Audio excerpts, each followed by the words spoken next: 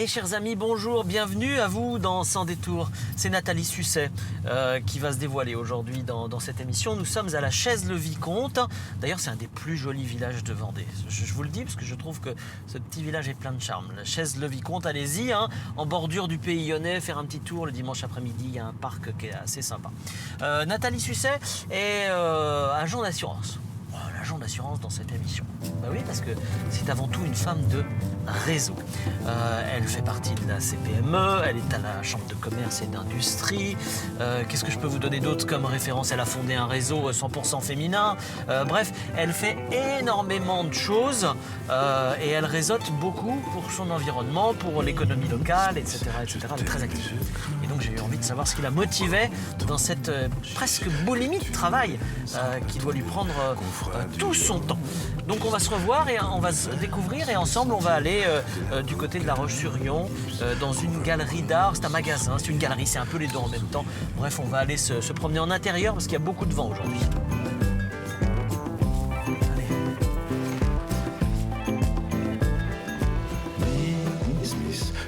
Fais monter Nathalie parce qu'il y a trop de vent, trop de pluie. Bonjour Nathalie. Bonjour Hervé. Qu'est-ce que ça nous dit cette météo de ce... Ça nous dit que les éléments ne sont pas avec moi. Oui. Avec nous. Avec nous. Et ça nous dit peut-être aussi... Ça nous dit qu'il y a un beau rayon de soleil quand même. Alors, ce qu'il faut qu'on vous dise quand même, c'est que le rayon de soleil s'installe juste au moment où on commence le tournage. Non mais c'est de bonne augure tout ça. Bon, je suis content de te recevoir. Je sais que ça te stresse beaucoup. Ça me stresse beaucoup. Tu ne t'inquiètes pas, tout va bien se passer. On va être très positif dans cette émission pour parler de ton parcours en tant qu'assureur à la Ferrière. Et puis tout le reste, surtout, c'est ton engagement dans la cité, moi, qui m'intéresse. Et ben, peut-être qu'on peut commencer par le commencement. Pourquoi tu as décidé de devenir assureur? Comment ça s'est fait? Pourquoi j'ai décidé de devenir Pour prendre soin des gens? Sans doute, puisque ça fait aussi partie de mon métier. Après, on va dire que c'est la vie qui a fait que, suite au décès de mon papa, j'ai été dans l'obligation d'arrêter prématurément mes études. Que l'assureur familial de l'époque avait accepté de me prendre une saison, que j'y ai pris goût, qu'il m'a gardée, qu'il m'a enseigné toutes les ficelles du métier, que je m'y suis vraiment intéressée. Et puis est venu le moment pour moi d'avoir ma propre agence. Et bizarrement, j'ai appris par la suite que dans ma famille, mon grand-père paternel avait été assureur, mon oncle l'a été un moment. Oui. Donc en fait, c'est sans doute aussi une histoire familiale. D'accord. Et c'est un métier qui te passionne? Alors, c'est un métier qui me passionne, d'autant Parce que tu fais tellement de choses à côté qu'on pourrait penser que... Mais tout est complémentaire. J'ai dans mon métier, je me suis formée et spécialisée sur la gestion des risques de l'entreprise.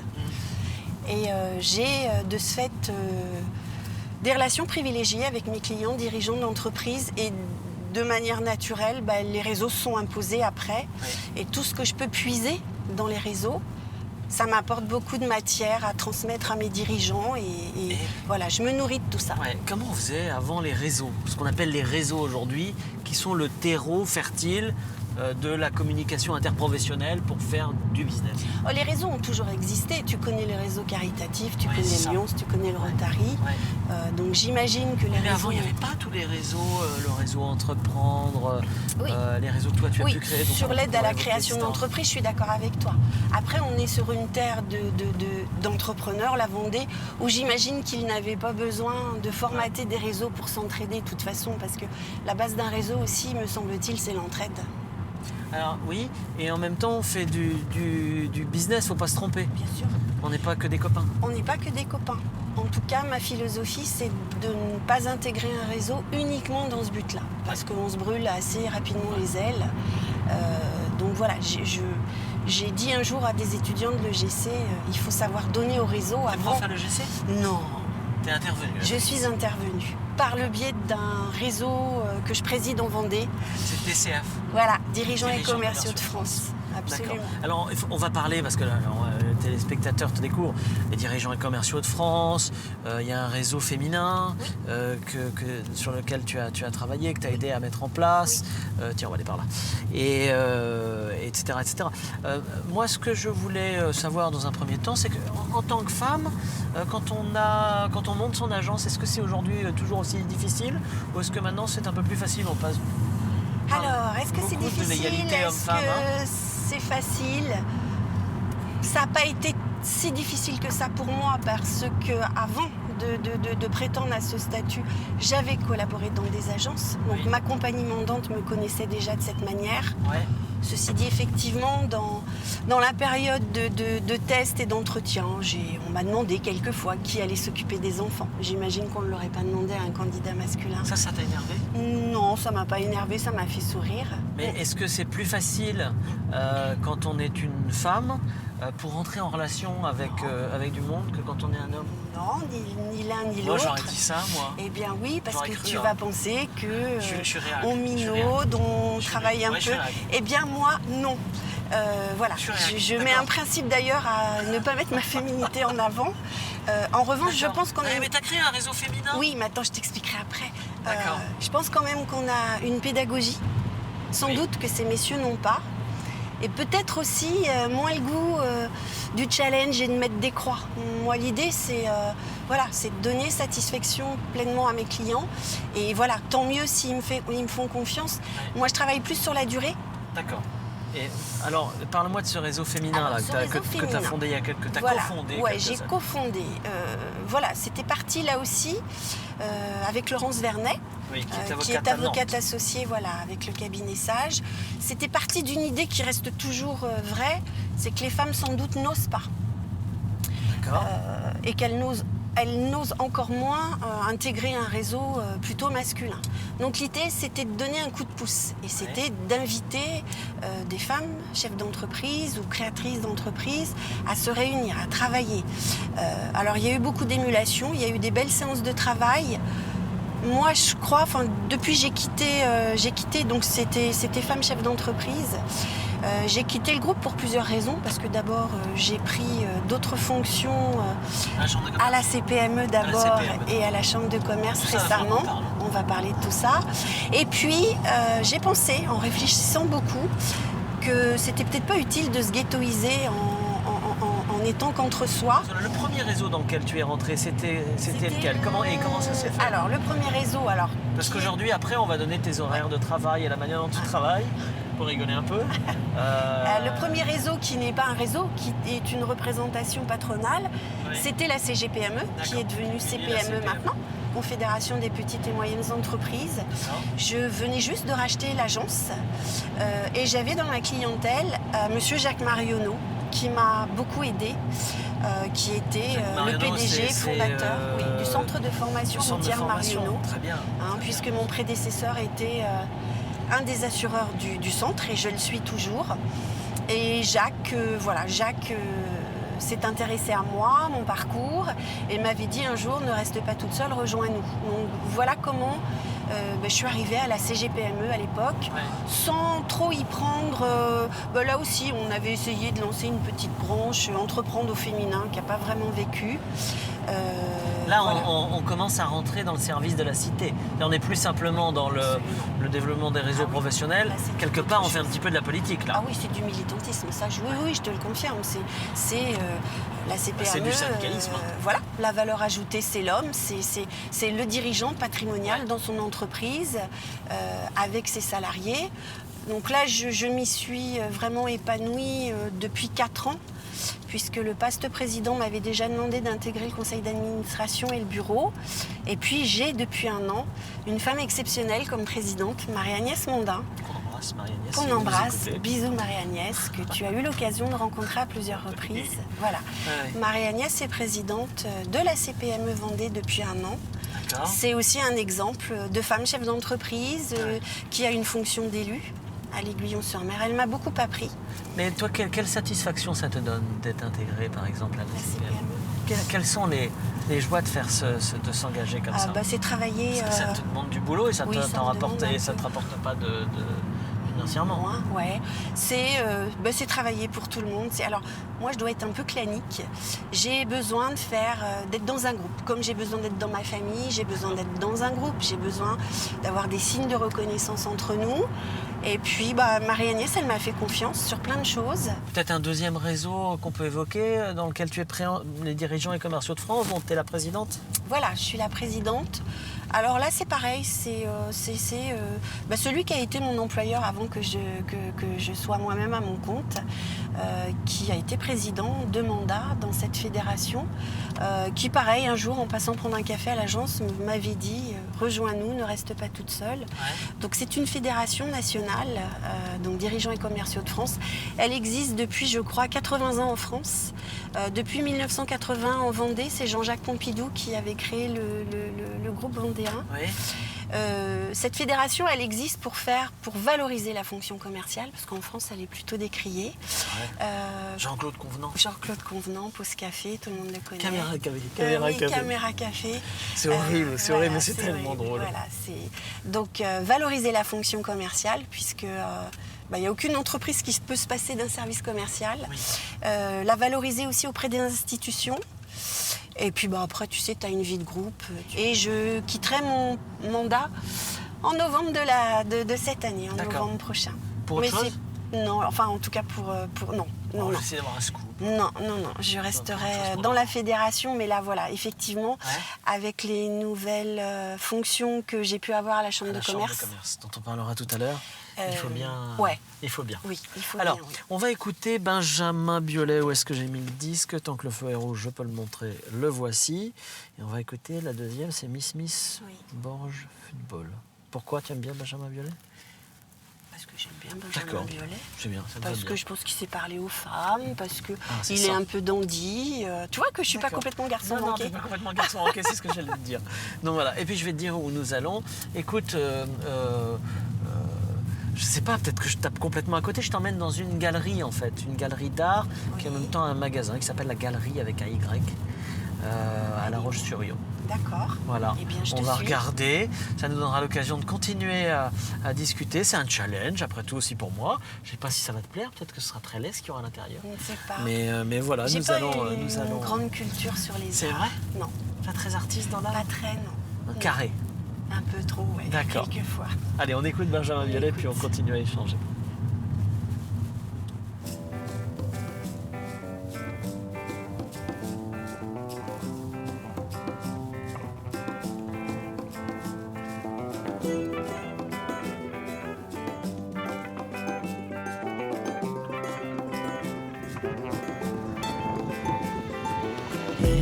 Smith, je t'aime et je crains de t'aimer encore longtemps. Chiche, que tu ne me laisseras pas tomber, qu'on fera du hors-piste, nus comme des vers sur les sentiers de l'apocalypse. Nathalie, bienvenue dans The Original Gallery. Oui. Et dont tu connais la patronne. C'est important de dire. Je connais bien Madame Morillon. Madame Morillon. Michel Morillon. À qui on dit bonjour. À qui on dit bonjour. Merci de nous avoir accueillis. Oui. Donc, ça veut dire que tu as une petite fibre artistique. Déco plutôt. Sans doute, oui. Il y a des choses qui me semblent importantes à évoquer. Alors effectivement, il y a ton engagement à la CCI. Mais au travers des réseaux, je voudrais d'abord que tu me dises si tu ne trouves pas que les patrons sont un peu isolés aujourd'hui, sont un peu seuls, et que les réseaux sont importants pour justement... C'est essentiel. Les réseaux, c'est justement, ça sert à ça, effectivement, pour pouvoir, pour qu'ils puissent... Bon, il y a un peu de détresse en plus chez certains patrons. Donc l'idée des réseaux, c'est aussi échanger, partager, s'entraider, comme je t'ai dit. Il y a beaucoup d'entraide. On dit qu'aujourd'hui la situation est difficile pour les patrons. Est-ce que toi tu le ressens un peu dans ton boulot et puis dans les réseaux que tu fréquentes? Oui, dans mon boulot. De toute façon, les contraintes économiques sont difficiles pour tout le monde. Si je prends ma casquette élue CPME, il y a toutes les difficultés du Code du travail, toutes les obligations d'un dirigeant. Et le dirigeant, il ne peut pas maîtriser l'ensemble de ses obligations. Donc... mais un dirigeant, ça a toujours quand même la gagne et l'envie d'y arriver, donc ça reste toujours positif. Tu ne dirais pas comme beaucoup, il faut être complètement fou pour être patron? Il faut être un petit peu... Il faut quand même être un peu fou. En tout cas, pas fou, mais il faut aimer le risque et les emmerdements. Alors, C'est une bonne leçon de vie que tu nous donnes aujourd'hui. Aimer le risque et les emmerdements. Est-ce qu'aujourd'hui, même toi, au sein de ton cabinet d'assurance, il y a une part de risque aussi? Bien sûr. Quand on est chez... Est-ce que demain, tu pourrais te casser la figure? Non, j'imagine que non. Tu n'imagines pas, oui, voilà. moins, puisque j'ai l'appui de ma compagnie. Je représente une compagnie. Après, oui, bien entendu qu'il peut y avoir des contraintes économiques qui font que certains clients peuvent se tourner vers des produits moins chers, qui n'ont pas une même approche que la mienne. Donc oui, forcément qu'on a tous ce problème. Après, je suis peut-être moins fragilisée. Je sens que tu n'as pas cette angoisse-là, en tout cas. Moins que certaines activités, même s'il peut m'arriver quand même d'en avoir des angoisses. Oui, bien sûr. Dans quel domaine? Dans ce domaine-là, sur ton chiffre? Oui, sur mon chiffre, sur ma relation avec mes clients, sur plein de choses. Il peut arriver qu'un sinistre ne soit pas garanti parce que c'est contractuel, mais pour autant, ça ne fait pas plaisir à mon client quand je lui annonce. Donc, on a certaines contraintes dans mon activité. J'ai toute cette partie conseil où je vais accompagner mon client, mais j'ai aussi la gestion de crise derrière, parce que quand il a un sinistre... Il faut que je sois là, que je l'accompagne, que je l'écoute. Et c'est vraiment ce que j'essaie de faire au maximum. C'est ce que tu aimes bien faire aussi. C'est ce que j'aime faire. C'est vraiment la relation. Alors, un petit mot sur la Chambre de commerce. Alors, tu es élu à la Chambre de commerce depuis assez peu de temps et tu t'occupes de la communication. Oui. Ça tombe bien. Donc, je suis élue sur la dernière mandature puisque le MEDEF a proposé à la CPME de faire une liste commune. Donc voilà, donc naturellement, ma présidente m'a demandé de faire partie des élus CPME de la liste. Et puis Arnaud Ringard m'a fait confiance. Le président de la CCI. Le président de la CCI m'a demandé de rentrer dans le bureau, ce que j'ai fait avec plaisir, et m'a confié la commission communication. Avec la responsable communication de la CCI, Emmanuelle Malabeuf, que je salue parce que voilà, on fait un super travail toutes les deux, et avec les autres élus qui ont rejoint mon équipe. Donc, je dois avoir une fibre communicante. C'est ça. Alors, tu t'en sors pas si mal que ça. On va continuer à en discuter. Alors, Nathalie, on parlait de la Chambre de commerce à l'instant. Qu'est-ce que pour l'instant tu y apprends? C'est tout nouveau en fait. Ah oui, c'est vraiment tout nouveau. Déjà, j'y apprends. C'est une grosse maison en plus. C'est une grosse maison et j'y ai déjà appris, moi, en tant que dirigeante, tout ce que la Chambre de commerce peut apporter à un dirigeant comme service. L'appui aux entreprises, beaucoup de formations. Je le savais de manière très générale et je pense comme la plupart des dirigeants, je ne savais vraiment pas bien à quoi ça servait.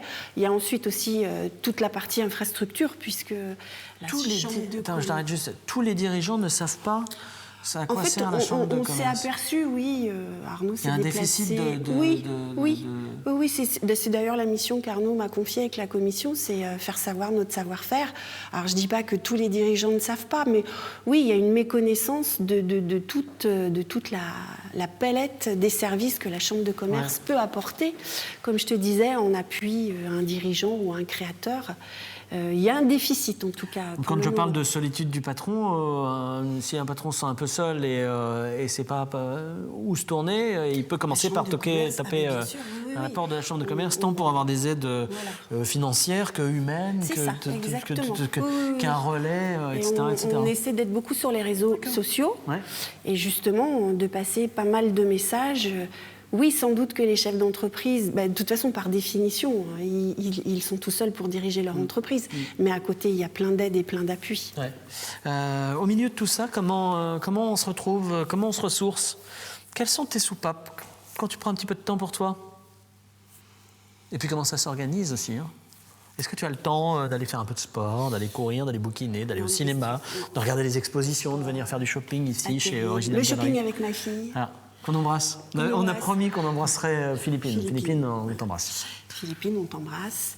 Qu'est-ce que j'ai comme soupape? Écoute, je suis partenaire du Hogli, le club de hockey sur glace. Ça fait 2 ans et je me suis prise au jeu. Mais à nouveau... Tu enfiles les battins? Non. J'applaudis les gens. Non, oui. Mais à nouveau, voilà, cet esprit... Oui, mais t'es encore dans l'engagement, là. L'engagement, oui, il y a un petit aide financière de chaque partenaire. Total, un bouquin au calme, une musique à écouter. Si, Benjamin Biolay. Aller voir au cinéma. Oui, Benjamin Biolay. Voilà. Bon, écoute, c'est bien. On va vous inviter à venir ici voir l'Original Gallery à La Roche-sur-Yon, puis on va se quitter là. Oui. Je te ramène à la chaise de Vicomte. Merci. Voilà, merci d'avoir pris le temps et puis nous on se retrouve la semaine prochaine pour une autre émission. Salut.